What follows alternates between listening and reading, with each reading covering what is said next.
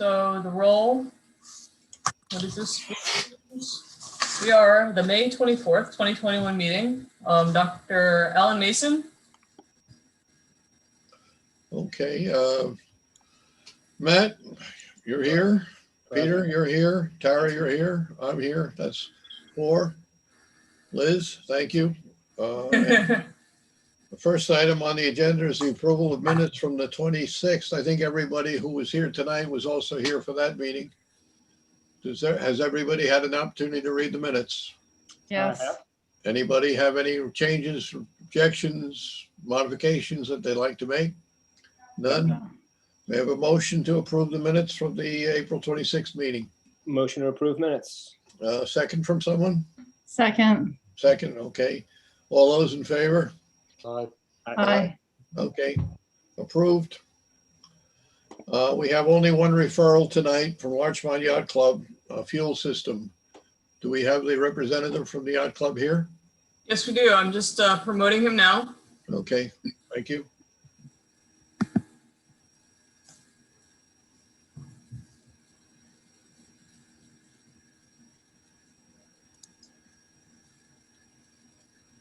So we have Mr. Steve Light, who's the Vice Commodore for the Yacht Club, joining us. There he is. Hey, hi, everybody. Hi, Steve. Hello. Aye. Want to tell us what you have in mind here? Well, first off, I can't tell you how much you appreciate that I'm the only item on the agenda. That'll get you up first. That's for sure. That'll make you first. And if it made me second, I'd be troubled. Yeah. So may I share a screen? Yes, sure. Please. All right. Let's just see. Let me get this one screen up.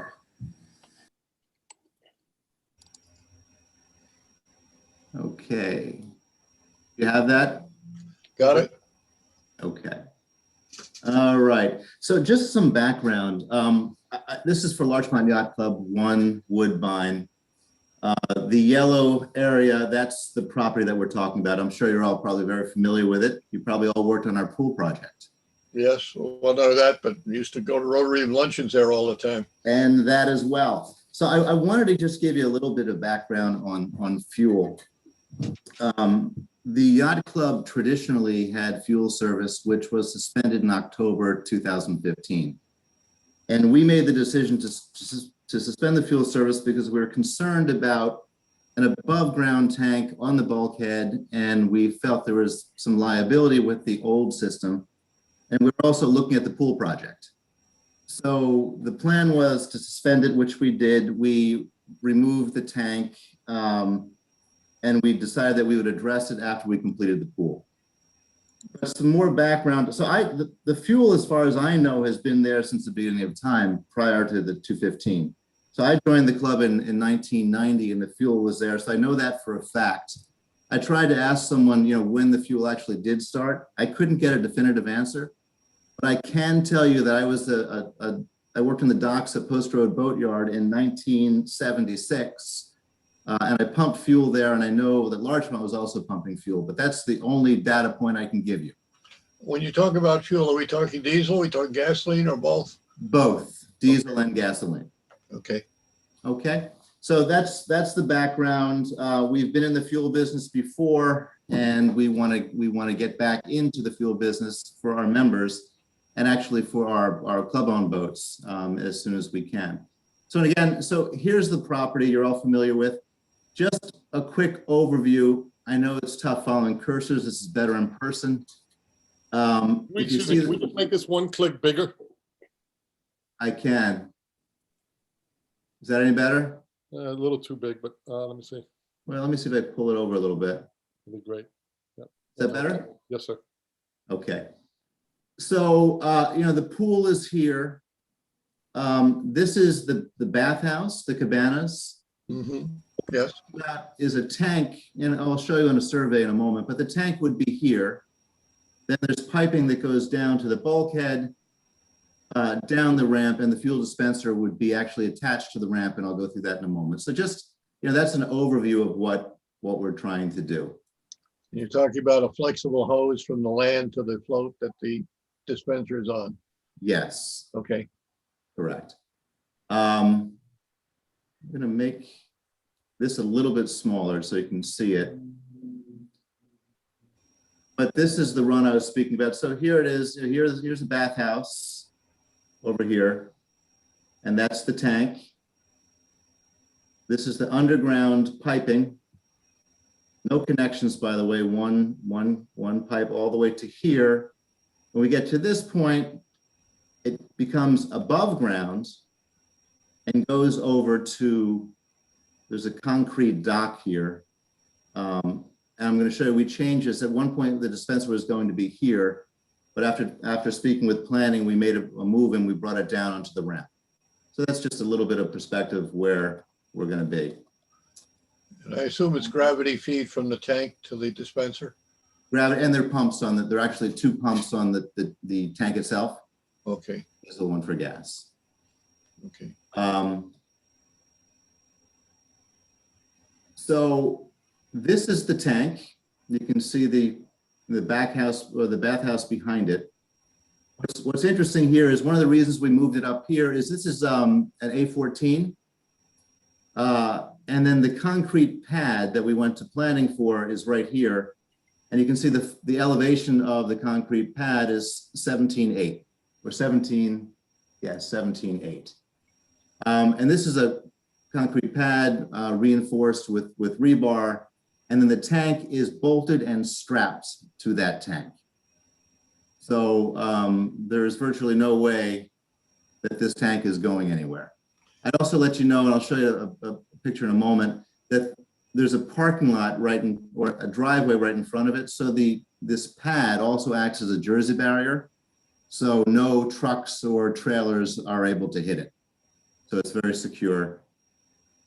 You guys aren't as concerned, but there's also a fence here that's protecting the sight lines for that. And that tank feeds from the top, Steve? It does.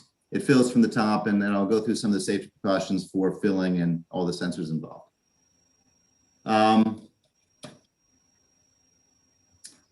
Okay. This is just from a bird's eye view of the tank. Let me just make this a little smaller to give you a little bit of context as to where it is.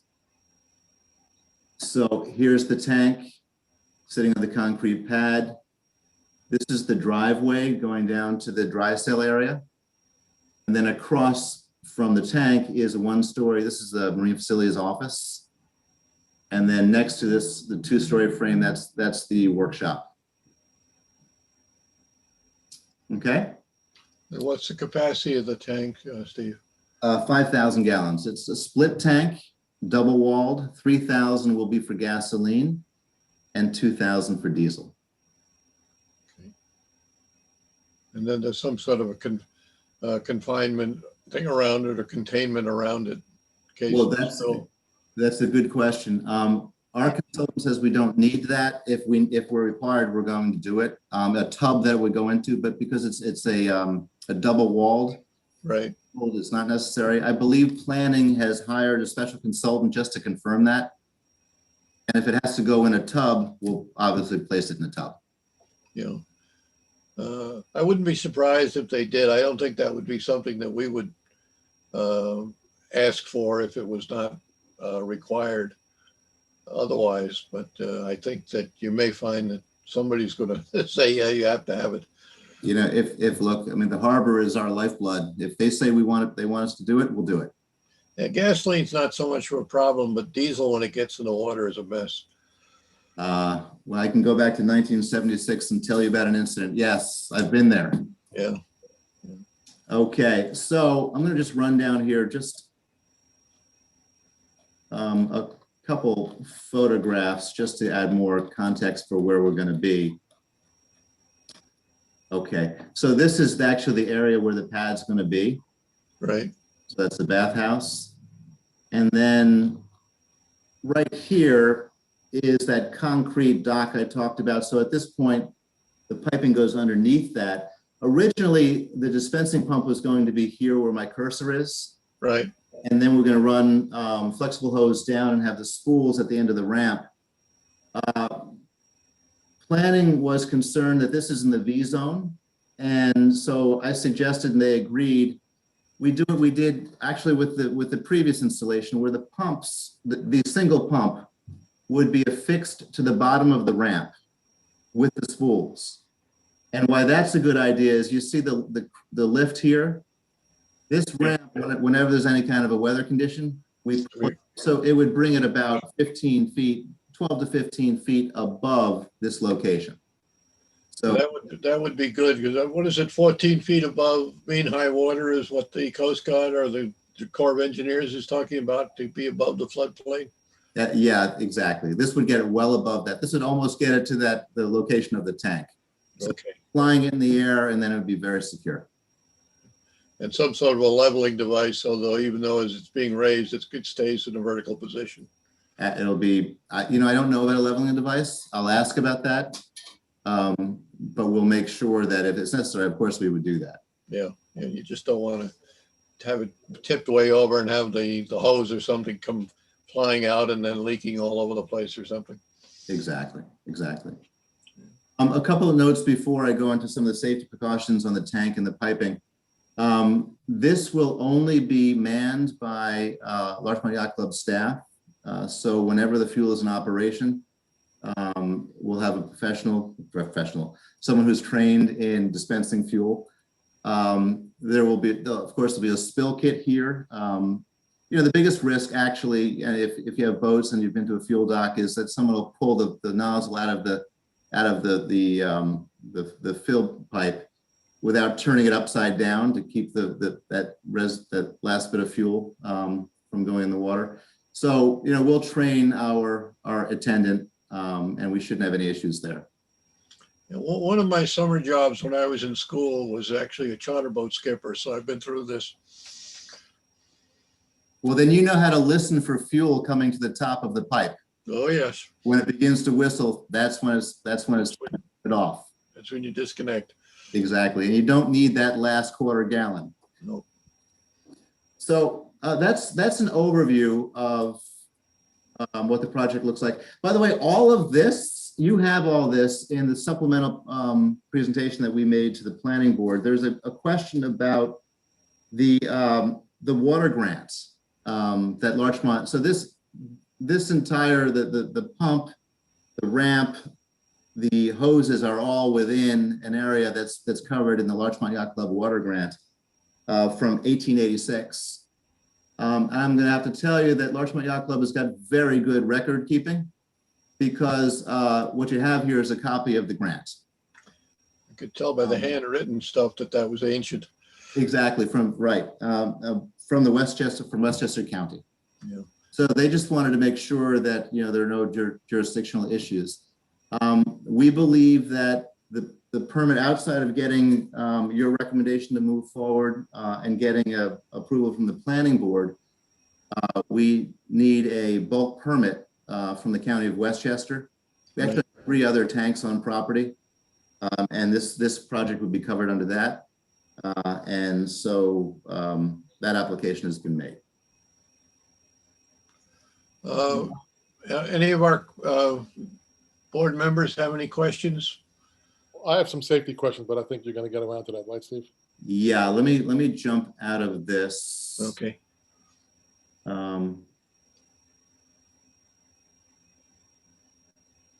Okay, is that one on your screen? Yes, it is. Okay, so we're using Northeast Environmental as the consultant on this project. And this is just some of the details you'd asked about already. So it's a double-walled 5,000-gallon split compartment tank, 3,000 gas and 2,000 diesel. It's above ground with the double bulkhead secured to the concrete platform, as I mentioned before. So basically, there are any place where there's a connection, whether it's between the tank and a pipe, there will be sensors, a solenoid switch with sensors and a sump. And that information will be sent to 2 places. One is the head of marine facilities, and also to the front desk at Larchmont Yacht Club. So if in the offset, you know, on the chance that there is any kind of a leak, which we don't think there will be, we would know right away. So there's sensors in the tank that would notice if anything went down. By the way, there's a sensor when it's being filled, it automatically warns and shuts down. So it'll only get 90% filled. So any driver would know that it's about full. Where the connections happen, like I said, there are those sensors. Let's see what else. Really, that's it. That's it. Leak sensors everywhere, and all of the connection spaces with the sumps. This is it. So we've been told, we believe this is state of the art as far as any current installation with a gas station that have strict rules, and we wanted to make sure that we were also state of the art, being with our proximity to the harbor. Steve, the old tank that you discontinued, that was also above ground, wasn't it? That was, but it was by the There was no bulkhead. leakage or anything. No, it was, we worried about that. It was, Yeah. if you remember, all the way by where the old, the pool filter was for the old pool. Yes. Behind that. So, you know, that's a V zone and could be subject to wave action. So we wanted to get it out of there. Yeah, got you. So what do you do about fire suppression? There's fire suppression and hang on here. I have that.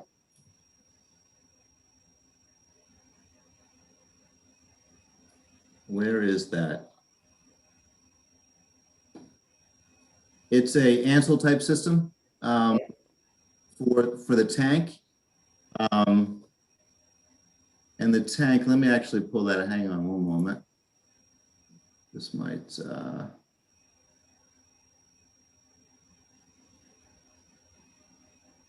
that's not it.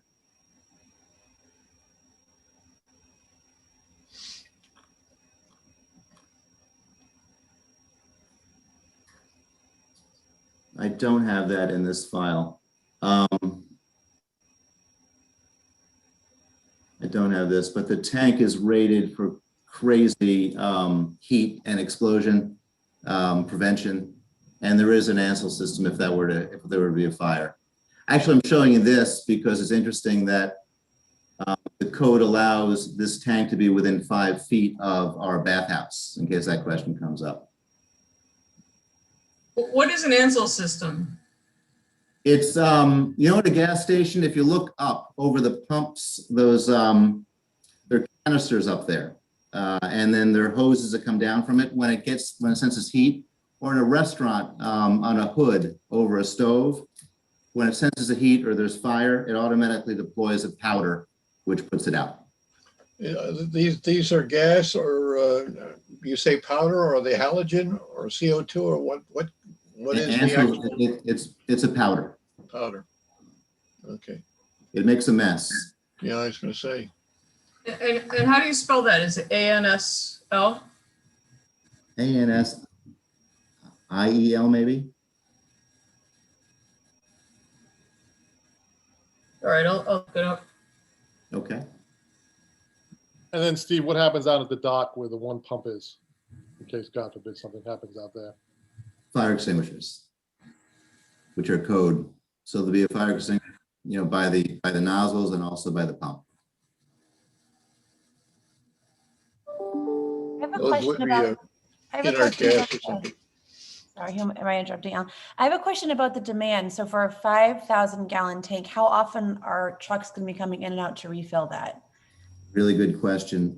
We're thinking in the peak season, and by the way, probably our biggest customer is us.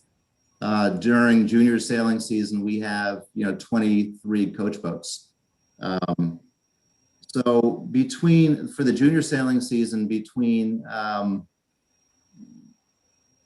June 21st until the 3rd week in August, we think we may have a truck every 2 weeks. But the truck is basically like a home heating oil truck. So it's not a massive truck. Okay. Are you having more members now with motorboats than compared to sailboats? Oh yeah. If you look at the mooring field right now, it's probably, and it's a trend everywhere. Mhm. Probably 65%, 70% power versus sail. Gas prices will go up, will cure that. I was going to say until fuel prices go back up to $6 on the dock again. Yeah. By the way, our second biggest customer is Horseshoe Harbor. Well, I was going to ask if this is for just the LYC or if you're going to offer it up to Shore Club and the other clubs in the area. Reciprocal clubs, yes. Okay. So it's going to be a cashless payment system. So if they can cross charge, we'll make it available, but it won't be full retail. Okay.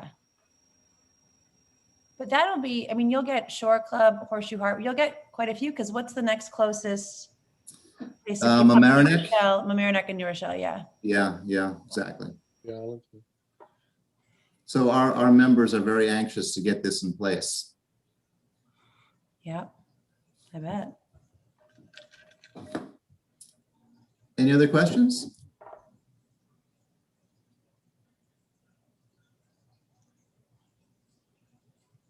Okay, I guess we have the picture. I don't have any further questions. And any of our members, anybody have anything else? Okay, thank you very much for your presentation. We'll get a letter out. I don't think we have any inconsistency problems here. Any of our members see any inconsistency that they'd be concerned about? No, it looks good. So when you fill the tank up with fuel, they come through up those stairs through the door, and then there's a ladder or something to get them up top. How do they load the fuel in there? On the top, yes. There's a ladder up, steps up to the platform, which is, you see the elevation on that platform? Yes. Yeah, they would get there. And that's a good question. I don't know that there probably is. The tank actually is on property. There may be I can look to see if there's some kind of a ladder that's affixed to the tank to help the driver get up there. Well, if you put a tub around it, you're going to have to provide some kind of access. Yeah, exactly.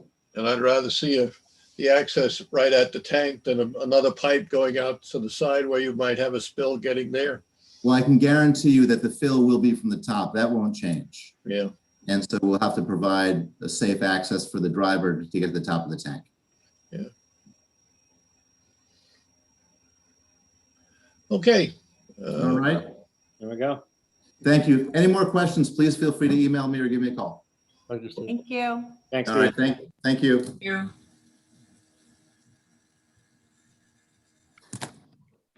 Okay, getting back to our agenda, do we have any old business pending that we should be dealing with? Bubba, are there any updates on the Manor Park I project? have updates. Yeah, I thought that was new business, but okay. Okay, I don't so- know, is it old or new? Manor Park is moving along very nicely. They're still working here. They should be done in the next week or so. So they're saying June 1st. Everything should be, up and buttoned up sort of thing. There'll be some snow fence around because of the new grass and some of the plantings. They have put in 2 rain gardens. We'll see how that works out. That I can see, might even be 3, but they put in some rain gardens. They've done a nice job. Park looks good after, months of work. I'm happy to see them leave, actually. But long overdue. It looks really good, what I've seen. Yeah, they've done a nice job. Liz, we were talking about the ash problem a few minutes ago, and I don't think we have any input on that, do we? As a group? I don't think so. We're before the meeting started, we were talking about we're having issues with emerald ash borer on the brook, and just there are a lot of ash trees that have died recently on the brook, and it's just going to spread. So I know we're discussing in the office about maybe putting out something on the Facebook page or a link to more information for residents so they know what to look for in their own trees if they have ash trees that are dying. But one interesting thing about the ash trees is that when they die, they become very brittle, and that means that a tree crew cannot climb it. So it's important that once the ash tree dies to take it down immediately if it's going to be at all risk. Liz, was this this started like 5, 6, 8, 8 years ago, something like that. What's the name of the emerald? Emerald ash borer. And Yeah, they had the little green triangular boxes hanging from trees to try to find out how far they had penetrated into Pennsylvania, and it was one on the brook for a while. That's the same. That was the same. that's the same insect, but now it's here, and apparently it's very deeply, ensconced. attacking everything. So is it something that's gonna be like Dutch elm disease where all the elms are wiped out? I mean, is there anything to stop it, or we're just gonna never have ash trees again? As far as I know, there's nothing that's been successful at stopping it. They'll just have to find, some sort of ash, maybe a hybrid of an ash tree that is resistant to it. Hopefully, but they're saying to collect seeds from ash trees and save them. So maybe they can be used to breed a resistant type of ash. What will they make baseball bats out of? I don't know. Maybe hickory again. Yeah, we go back to hickory. Or in Babe Ruth's time, some of them were oak, I think, were they? They were monsters, heavy things. Like swinging a war club. But Okay, I did some research, and I found out that the best way to dispose of the wood is to chip it.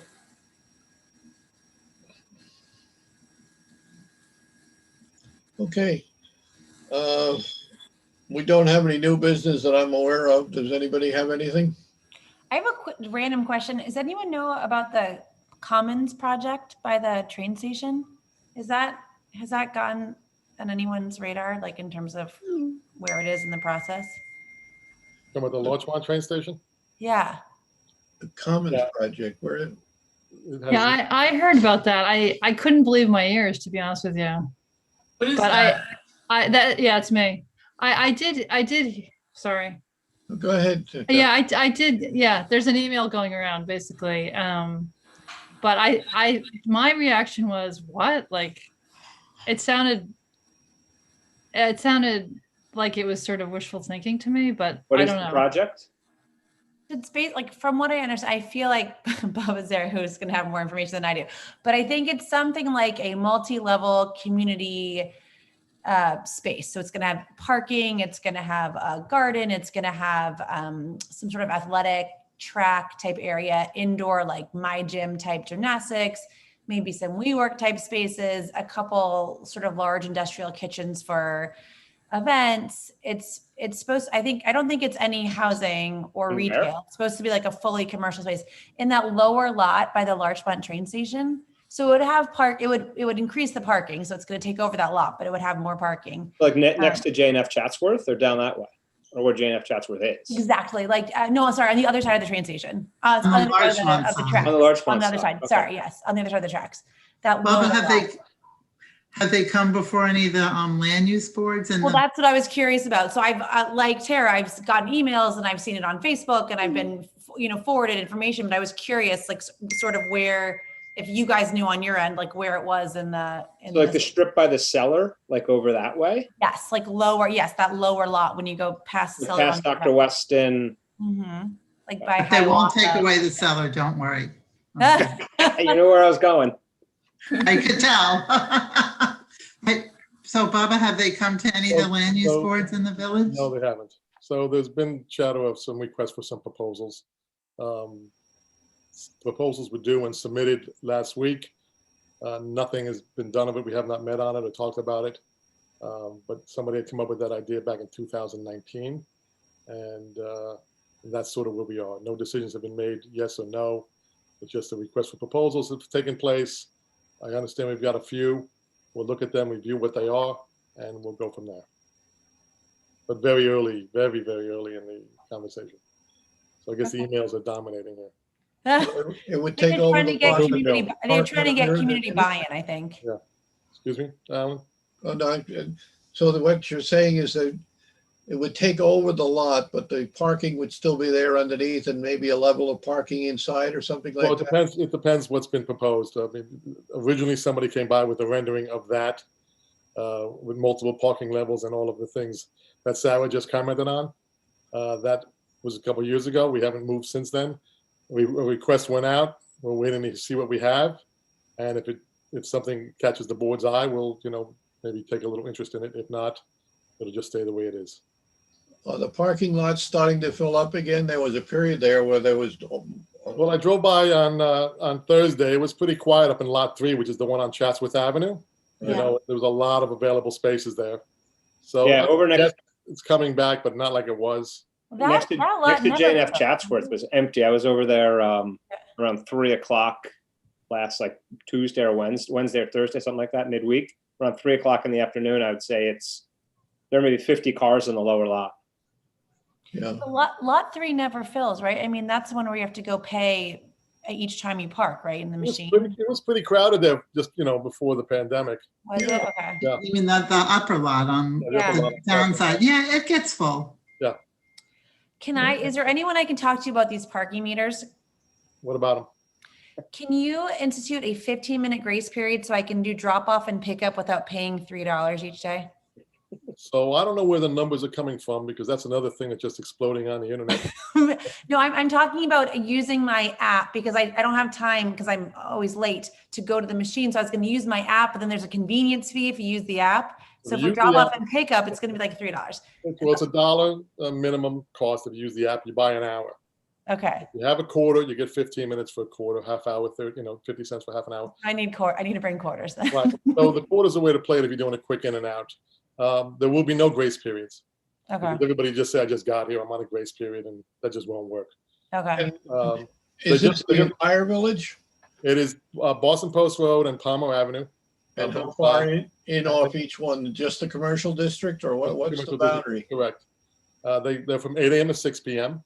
They will go live on June 1st, so they're not live yet. And how far in from the post road toward Weaver or toward Palmer and vice versa? But the business district, the CVS lot, no, I don't think. And then it's all become sort of teacher parking, as it's always been, from Chatsworth the Hill, back up the hill to Roosevelt Avenue. That's sort of all designated in teacher parking. On Forest Park Avenue, where the church is and the entrance into Chatsworth Avenue School, that's all teacher parking. And then Larchmont Avenue as well is teacher parking. There's about 85 cars that come in daily that are teachers and administrators into that area. There is longer parking. If you go to the Larchmont, villageoflarchmont.org, there's quite an extensive map that tells you where everything is, where the free parking is. After 6 p.m., it's all free. I think the plan was, yes, the parking got out of control, and people were taking complete advantage, where they would park their car there for 8-10 hours a day. Because nobody was monitoring it. So now with this money, just the good side of this is that 90% of this funding will go back to streets, curbing, sidewalks, and parking lots. So for those of us that are always complaining that the streets are, out of Beirut, this will be fixed up with no additional sort of charge to the residents in terms of taxes. Because right now we allocate about $400,000 out of our budget to fix the streets, which gives us about half a mile. There's 26 miles of roadway in the village of Larchmont. Yeah. So you don't get a lot done. No, I appreciate everything about this, because I agree with you. I think parking is going to be easier and people can't stay all day. It's just the school drop off and pickup that are so frustrating, because it's just a short, I know there's no way around it. It's just, it's twice a day, 5 days a week. And I can't say that they're going to be lax at 8 o'clock and 3 o'clock. That I don't know. Knowing the village, they'll probably be looking out for people like dropping off. Yeah. So how is it going to work? Do you pay and display, or how? No display. Everything's off your license plate. So the thought would be that if in fact you bought an hour for $1 off your app, you would maybe go shop the village, get flowers on the post road, get pharmacy, get your dry cleaning. It's all there. It's all on your. Do you put a tag on your dashboard? You put No, nothing. you don't have to. It's a license plate reader. So it's right off your plate. So when we have two cars coming, be working the village, they will come by, and if your license plate reader, they'll know right away how much time you have left and that sort of thing. And that's it. No, don't have to run out in the rain and feed the meter. You can also, if you're in a restaurant or getting a dye job, you can pick up an extra hour. It's a 3-hour max if you're working your your Yeah. app. Yeah. I have What a was- PSA. What was Okay. the investment for the village? About For- to- $550, $550,000. Wow. And how And long do you think will the payback will be? payback should be, we're hoping in the next 3 years. Pardon my skepticism on that one. Let's be perfectly clear. We are the only village in the county that does not charge for parking. And that was really quite nice for about 50 years that I've been here. It was lovely. And I've been, same as you, I've been here for 50 years as well, maybe a little longer. But, you know, I've been here 42. the times have changed. And we had to do something because it was just a runaway freight train from people from all over the lower Hudson Valley area parking here and just going to use the train and not paying a dime. And in terms of you finding a parking spot, that wasn't going to happen. The store owners were upset because their stores were blocked with cars that weren't moving. So this is long overdue. This study has been done a few times, and this has been going on. We've been studying this for 4 years. It's not like just we decided to do it yesterday. It's been a 4-year study. I know it's going to be tough for a lot of us. It's tough for me as well. We're hoping Yeah. maybe people can do a little more biking, a little more walking. It was a tough call. It Yeah. really was. Well, with the lack of shopping in Larchmont to begin with, I think maybe the shop owners aren't going to be too happy with it either. Well, we'll see. They were actually, when we did the survey in 2019, they were actually a little bit excited that we were going to have some turnover in the spots, that the spots just weren't going to just sit there with people. How about Shop the owners as well, just never moving their cars. and how about the street dining? Is that going to continue, or is that That will going to continue end? this season. Yes, that was everybody's excited about that. Larchmont actually became a destination location. Yeah. But people bring cars then. They will. And you know what? I mean, in Manhattan, it's like someone says it's up the street, you got to walk up 5 blocks. No one bats an eye. In That's true. the village, if you can't park in front of the store, you're not going. Right? Oh, I'll go another time. God forbid you parked on a side street and you walked a half a block. But that's not how it's played. A doctor friend of mine told me it's called a suburban heart. If they can't park in front of it, they don't want to go. In a city, people walk 10 blocks to get to where they have to get to. Not even bat an eye. They go, they have a good time. And that's just the way it is. I mean, I get off the train, and sometimes I go down to 30th Street, you'll walk. But here, I have the same problem. If I can't pull up in front of the store, I'll try again tomorrow. It's funny you say that. I went shopping with my son in the city. He got a new apartment and we were parked someplace. And then the next place we had to go was like 6 or 8, I don't know how many blocks away, under 10 though, I'll tell you that. So I said, all right, I'll move the car. And he's like, Mom, this is the city. You should be thankful you have a spot in the street. Just Right, exactly. so you're 100% right. So, I mean, we're excited about it. We're a little nervous, a lot of negative pushback, a lot of positive pushback.